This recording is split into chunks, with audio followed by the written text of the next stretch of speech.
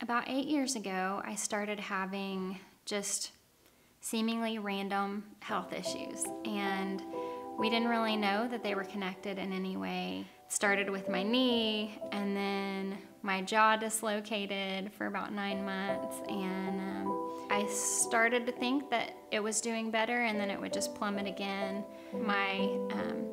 My toes dislocated, my ankles dislocated, my ribs, my elbow, my shoulder. It was excruciating, and I had to resign from teaching the day before school started.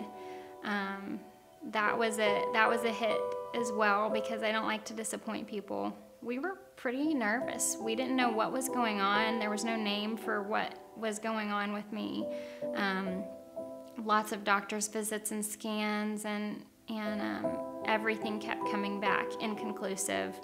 And I have 2 little girls at the time, and so that was hard because I couldn't take care of them or hold them when they're sad or any of those types of things. There were just lots of unknowns, lots of unknown things. Am I going to die?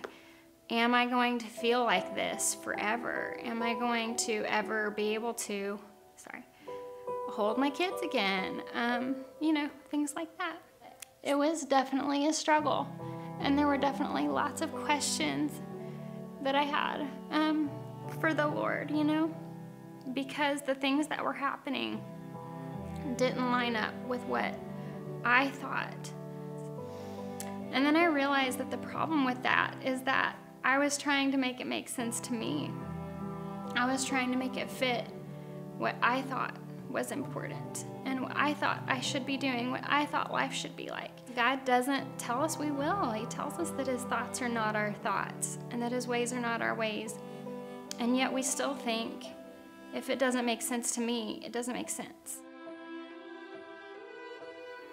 Amidst all those unknowns, it's really easy to spiral, especially when you're in tons of pain. I mean, the pain was unbearable. It's not like anything I've ever experienced in my life, and I think it's good for us to ask those questions of God. But when we get lost in those questions, we start to dwell on those questions. We start to miss what God's actually doing. I began to feel like the Lord was telling me, you are focusing on all the things you don't know, that you are not focusing on the things you do know of me. Who am I? What do you know of my character? What about my past faithfulness? I remember feeling like I'm supposed to get out my phone and I'm supposed to write down all these truths that are coming to my mind. It is so easy to see the problem and just be completely overwhelmed by it, and you can't see anything else. I think that for me, writing those things down and daily opening up my phone and reading those things and reminding myself of truth, that was the thing that stopped the spiral. I think when hard things happen, we don't ever really see a purpose in it. In our culture, it's always an inconvenience, and it's always a sad thing. But I also think it can be a really beautiful thing. My life has changed. God has forever changed my heart. Even though it was really horrible, it was also a really beautiful thing, and I would never change it. If I could go back and do it again, I actually would, because I don't think I would be the same person that I am. I'm also just a lot more thankful. I'm so thankful. I'm even thankful to fold laundry.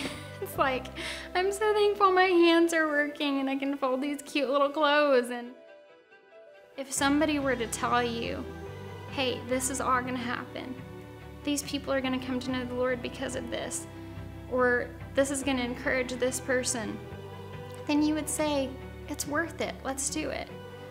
But when you're in the midst of it and you can't see it, just know that it's bigger than you, and that God is at work, and He doesn't waste a single drop. He doesn't take your pain lightly, and He'll use it, every bit of it.